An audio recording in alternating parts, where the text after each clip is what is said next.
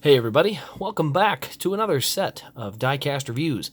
This is going to be Kurt Busch's 2019 Kentucky Race Win Elite and Color Chrome Elite.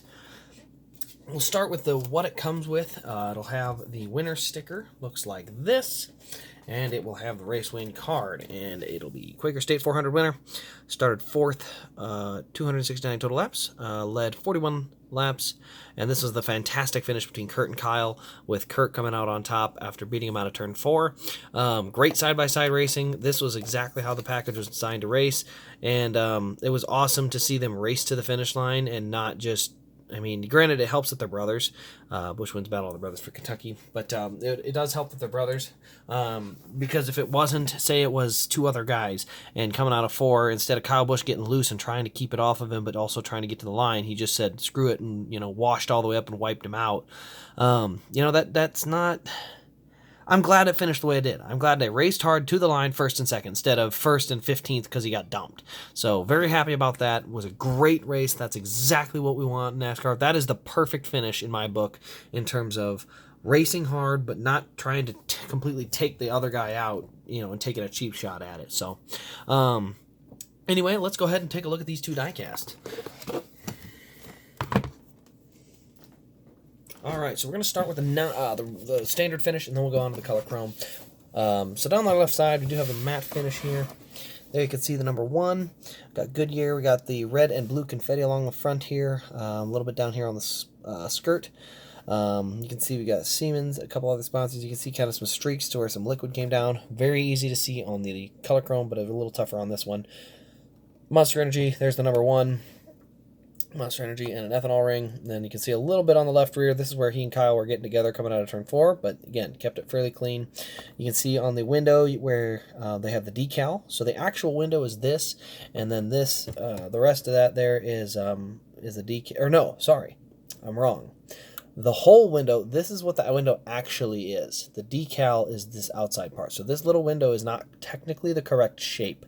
It's actually supposed to be the entire shape here, and then they decal in the rest of it.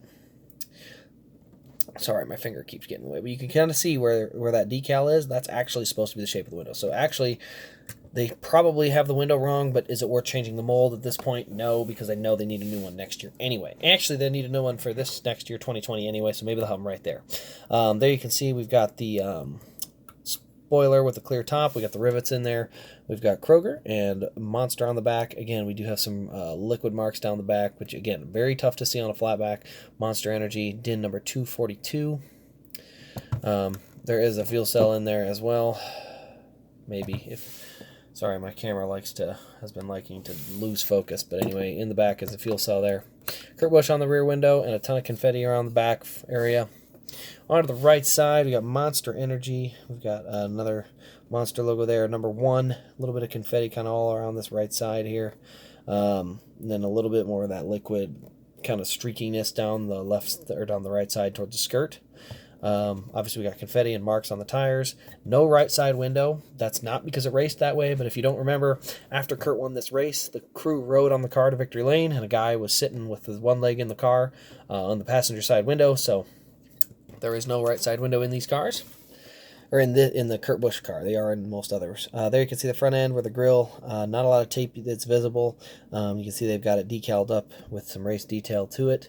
The headlights up there as well. You got some little bit of confetti down there on the splitter. Big Monster logo on the hood, and then you got the confetti kind of scattered around the hood. Monster Energy on the windshield as well. Roof flaps do open, and then underneath we do have the full... there we go. We got the full working rear suspension and front suspension, and then not a plastic block. We have an actual better detail than that. Now we can take a look underneath. Ew. This tire's a little sticky. Not sure what that's from. So just notice that. One of the left, or what is this? The right front tire was a little on the sticky side. I'm not entirely sure what that's from. If it rolled through something or what. Yeah, it came off. Anyway, let's go ahead and pop that hood open. There we go. So under the hood, we've got the silver headers. We've got the plug wire holes up there and everything that was in the old Elites. Now not in there, obviously. couple of belts. Very, very basic engine detail, but it is still better. There is potential, if you really like a diecast, to add some detail to the engine on these. There isn't on the other ones. They are a plastic block. All you can do is add color.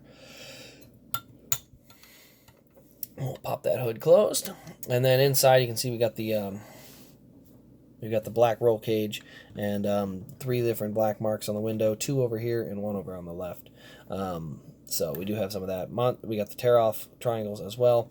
Overall, I really like this diecast. It's, you know, Kurt Busch's Monster diecasts look great. Just all black, flat black all around, Monster logos. Very, very nice. I do like those diecasts. Now we'll go ahead and take a look at that color chrome. So this color chrome looks great. As you can see, it's not a mirror. It's kind of a shimmery. It almost looks like a liquid, but it is has a little bit more silver in it. There you can see where all the streaks are on the left side. They stick out a little bit more evidently here. There you can see kind of along the front how that looks in chrome. Down the right side, again, you can see all the streaks very, very clearly. It's not a mirror. It's a flat finish, so they did do a very good job of making the chrome not chrome. It's honestly, it's just a shiny, like almost like a gunmetal, but it's not. It's still not a gunmetal. It's a very interesting finish. There you can see all the streaks down the right side and what they look like there. So what do we got? DIN number 11 on that one there. So double ones, but also no right side window on that either. So yeah, again, the finish on the liquid or the color chrome looks very, very unique. It's definitely one of the better color chromes out there, especially because it's a flat car, so that it ends up with more of a flat chrome. I think I'm pretty much done with color chromes at this point. I have 2 more that I'm getting that I'm going to check and see if they're any good, and I think they might be the last 2. So if the Chase Elliott color, or the Hooters and who's the other scheme? Hooters, and there's one more. I can't remember. I'll get to it. I'll remember soon. Mountain Dew. The Mountain Dew Zero Sugar that raced.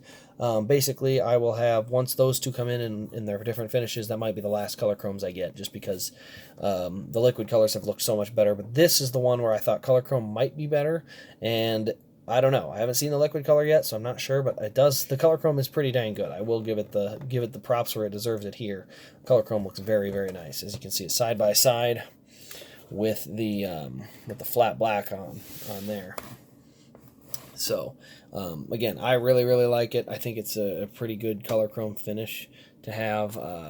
Again, compared to the flat black, looks really, really unique. I like it. So let me know your thoughts on that comparison and on this diecast if you've got it. This is probably going to be in the top 5 diecast race win of 2019 in my video I'm going to make, but I have to wait until the rest of them come out because I don't know about Elliott's Roval win. I also don't know about Blaney's Talladega win or Kyle Busch's Homestead win. The rest of them, I believe, were not produced in the playoffs. There are a couple Truex, excuse me, a couple of Truex wins in there: Martinsville, Las Vegas, and Richmond. We'll see when those show up if if they're going to be in the top 5. But I'm guessing this one will be in there. It'll be close. I know Bowman's will probably be in there. It's going to be tough to see which ones make the cut and which ones don't, but we'll find out when we get through there. Eric Jones' 2020 car might already be in the top 5 with the Clash win today, so we'll see about that. But anyway, let me know your thoughts on this car. Chances are one of these will end up on the eBay update, but I will update that in the page when that happens. So thank you all for watching. Really appreciate it. Like, comment, subscribe. Feel free to share. I'm getting close to 1,000. We as a community are getting close to 1,000. I like being able to say it like that, but we're getting close. I can't wait to get there so I can kind of do a collection re-update and kind of just some more fun stuff that I get to start exploring at the 1,000 mark. So anyway, thanks for watching, and we'll see you in the next Diecast review.